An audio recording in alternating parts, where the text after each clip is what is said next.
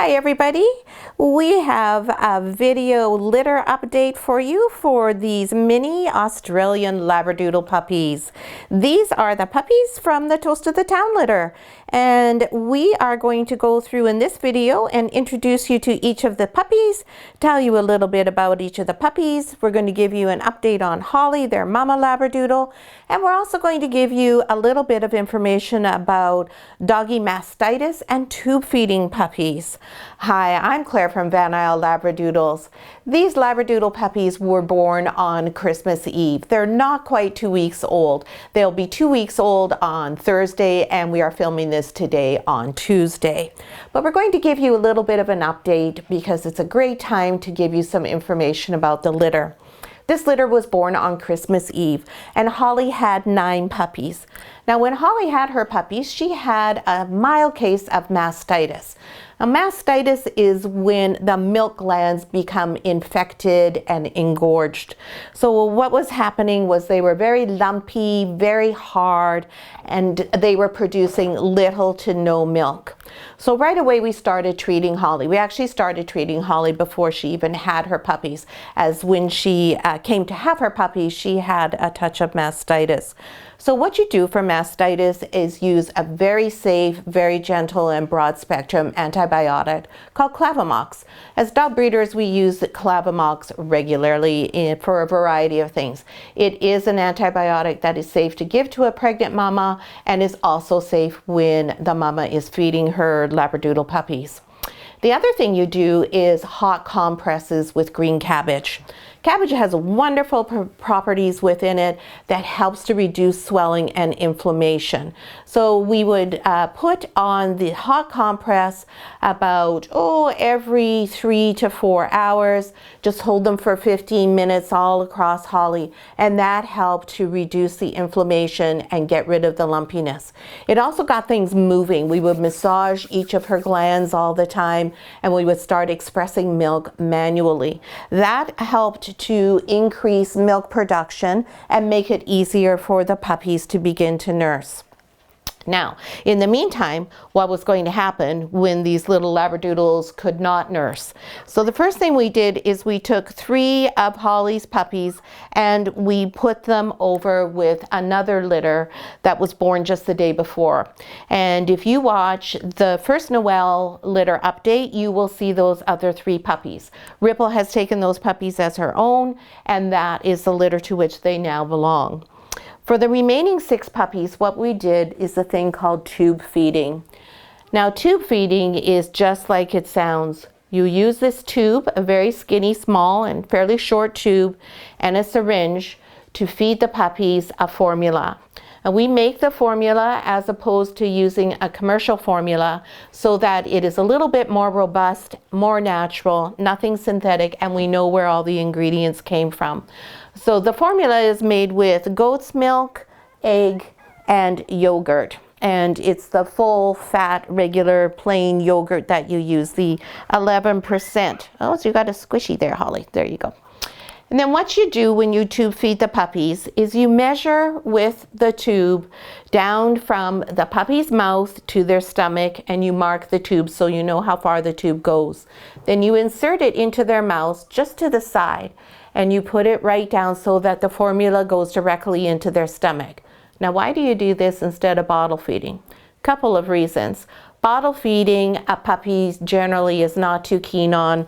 They usually don't take the bottle very well, and it's very time consuming to get them to have enough nutrition. Also, you run the risk of drowning the puppy because they'll aspirate, because they get too much or they get air or goodness knows what all could happen. When you tube feed, the tube goes directly into the puppy's stomach. You control precisely how much they need, and we do know just how much they need, and you also can control that there's no air and the rate at which the food is going into their stomachs. Now, the downside to tube feeding, if you're the breeder, is that the puppies need to be fed every 2 to 4 hours initially. So there's no sleep involved when you're doing that. Now, these puppies, as I said, are 12 days old, and we have finally graduated to where they are okay overnight for about 6.5 to 7 hours. So now we feed them every 4 to 5 hours during the day, depending on their weight gain. And then we are now able to get a 6.5, 7 hour sleep in overnight. They're maintaining their weight, and so it's safe to do that. So that's a little update on the litter overall. Holly herself has recovered from her mastitis. She is no longer on the antibiotics. She only was on them for 5 days. We are no longer using compresses. Her milk production is still not that great. Holly herself doesn't have a really good appetite, so it's a little bit of a fight with her to get her to eat enough, because the milk production is dependent on the dog's nutrition and the dog eating well. So normally a dog eats about 2 to 3 times as much as they would normally when they're feeding puppies. Now, a litter of 6 mini Labradoodles is not a huge drain on Holly's system. Holly had some good reserves when she came to us. She was, you know, a smidge overweight, not hugely. She's in very good physical condition. She goes for a lot of physical activity during the day, but she's certainly not thin or lacking in resources. So we give Holly a B12 supplement every day to try and increase her appetite.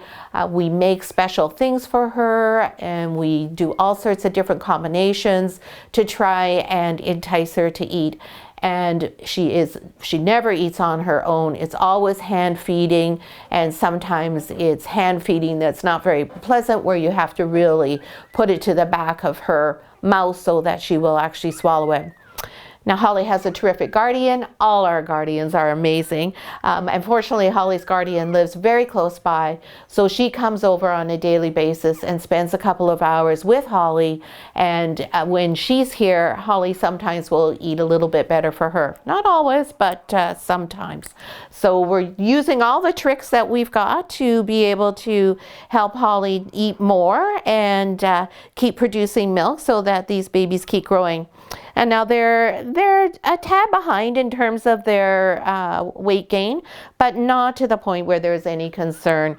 You can see that they're not as full and fat as many of the puppies are, but they're by no means thin. They're certainly in very nice condition, and their coats are shiny, as you can see. And you can see Holly is being quite a devoted mom and caring for them.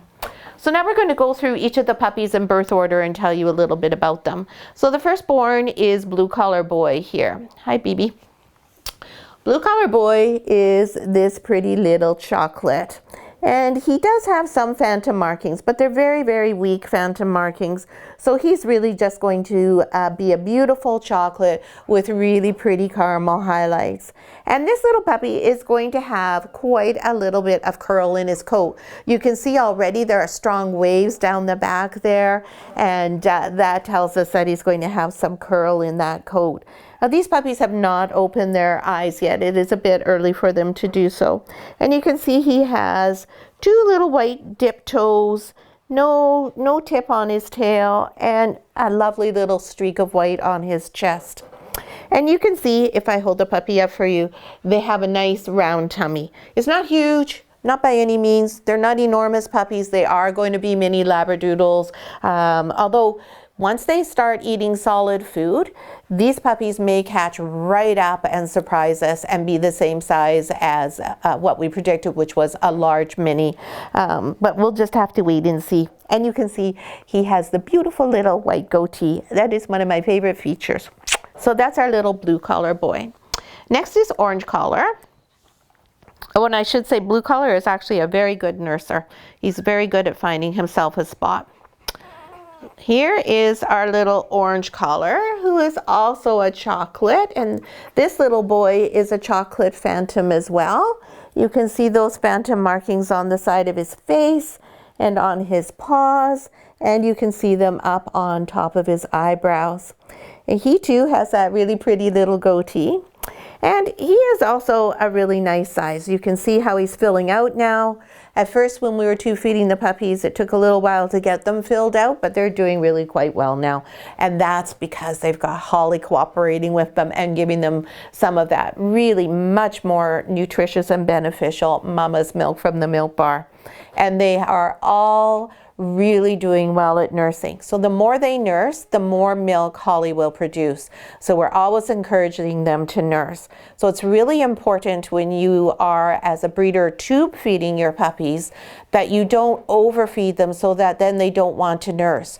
What you want to do is just have that sweet spot where you're making sure that they're not losing weight and they're having enough nutrition, but they're also still nursing all the time to continue to stimulate mom to make more and more milk.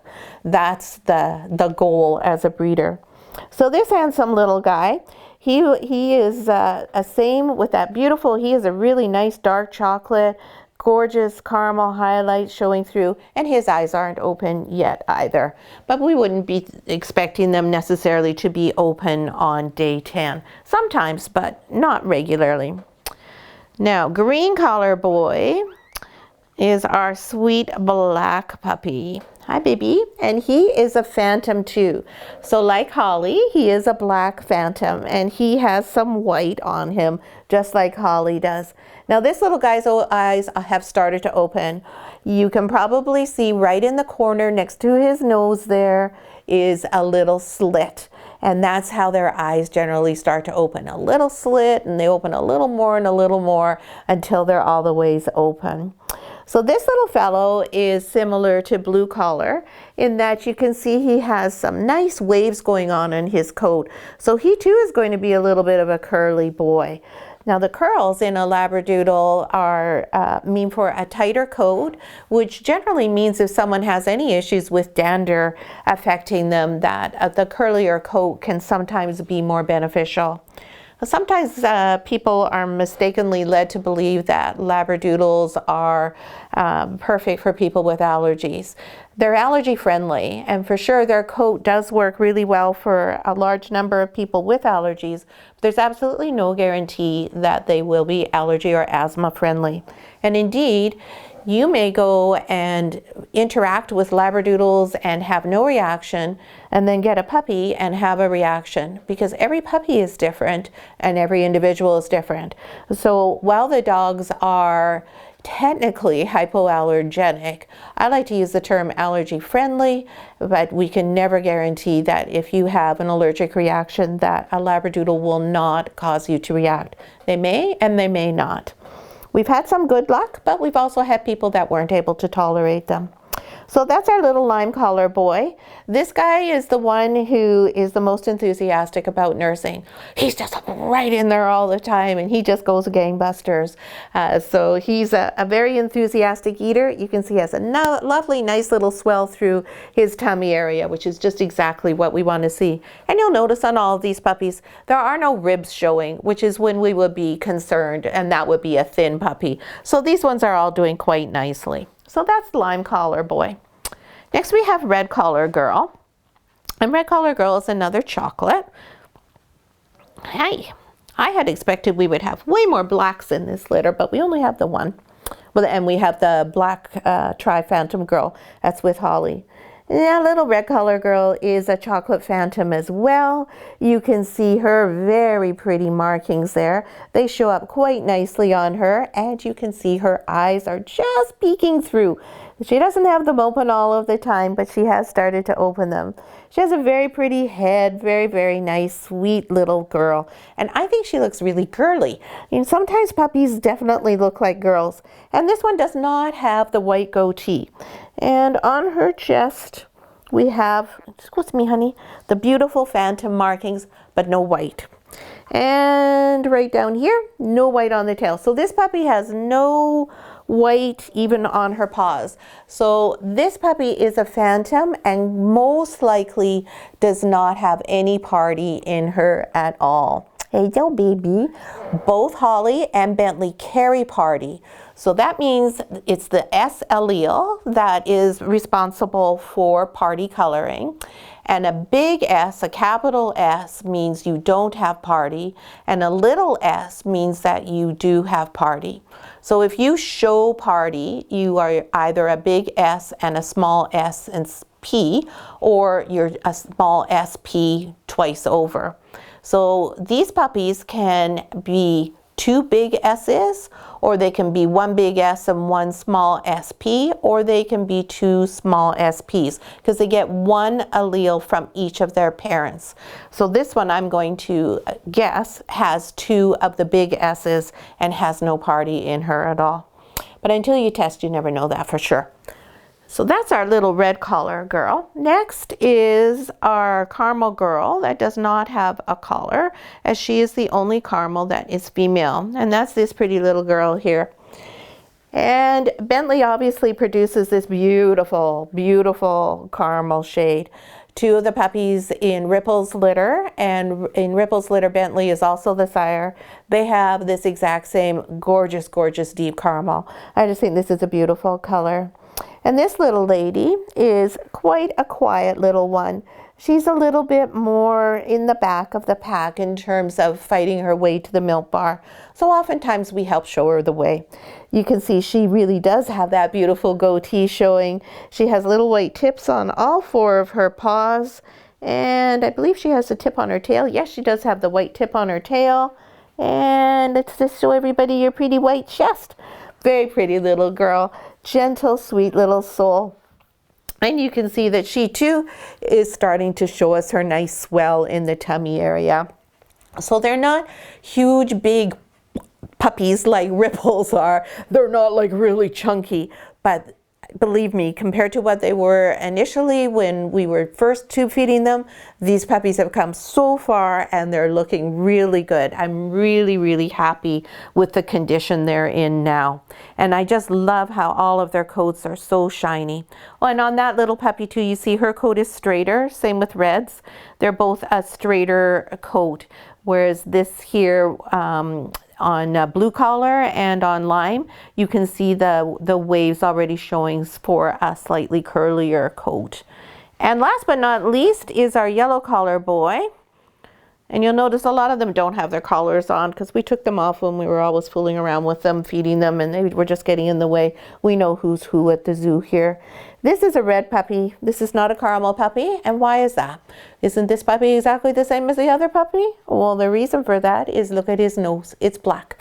If you're a Labradoodle and you are a red caramely kind of color and you have a black nose, you're a red dog. If you have a brown nose, you're a caramel. You may be a red caramel, but you are not technically a red dog. There's all sorts of funny rules and breed standards. And what's the breed standard for a Labradoodle is not the breed standard for, say, Weimaraner. Obviously, Weimaraners don't even come in these color combinations. However, what makes a color called a color in one breed is based on things that are entirely different in another breed. So knowing your breed standard is really important. Now, how do we get this black nose? Well, Holly is black and has a black nose. Bentley is brown and has a brown nose. If you're a brown dog, you always have a brown nose. If you're a black dog, you always have a black nose. If you're a caramel, or what is called yellow, because there's only 3 colors of dogs in the world, black, brown, and yellow. And yellow is everything from cream through to red and all the variations in between. Then your nose color is what determines what you're called in terms of the breed standard. So if you're an Australian Labradoodle, which is what all these puppies are, these are all multi-gen Australian Labradoodles, and you have a black nose and black leathers, then you are a red dog. Yeah, so you are a red dog, and you can see that little yellow collar is trying to open his eyes up. He's trying really hard, but they're not quite there. I suspect we might see his eyes by the end of the day or maybe tomorrow. Definitely in our next video. So this little guy is quite a little feisty boy too. He has a real attitude about him in terms of I'm going to eat and I'm going to find somewhere to eat. Really nice guy. I love his color. It's a beautiful, rich red color. Really a pretty tone that he has. And it may end up being an apricot. Just depends on which way he goes. He's got a little bit of white there on his chest, those white dipped toes, and you can see those black leathers. The leathers refer to the color of the pads on their feet, their lips, and the rim of their eyes. I don't have anything to eat there. So you could see his lips when he opened his mouth there are also black. No white at the end of his tail, but he has white on inside of his paws on the bottom there. So that is the 6 puppies from the Toast of the Town litter that Holly is caring for. As I said, there are 9 puppies in total. Just 3 of them are living with Ripple, just so we can make everything a little easier on Holly and to make sure that all of these puppies have the best possible start in life and the best possible nutrition. So we hope you enjoyed the video. If you have any questions, please don't hesitate to write them in the comments below. I'm always happy to answer your questions. And if you enjoyed the video, give us a thumbs up and we will see you next time. Thanks for watching.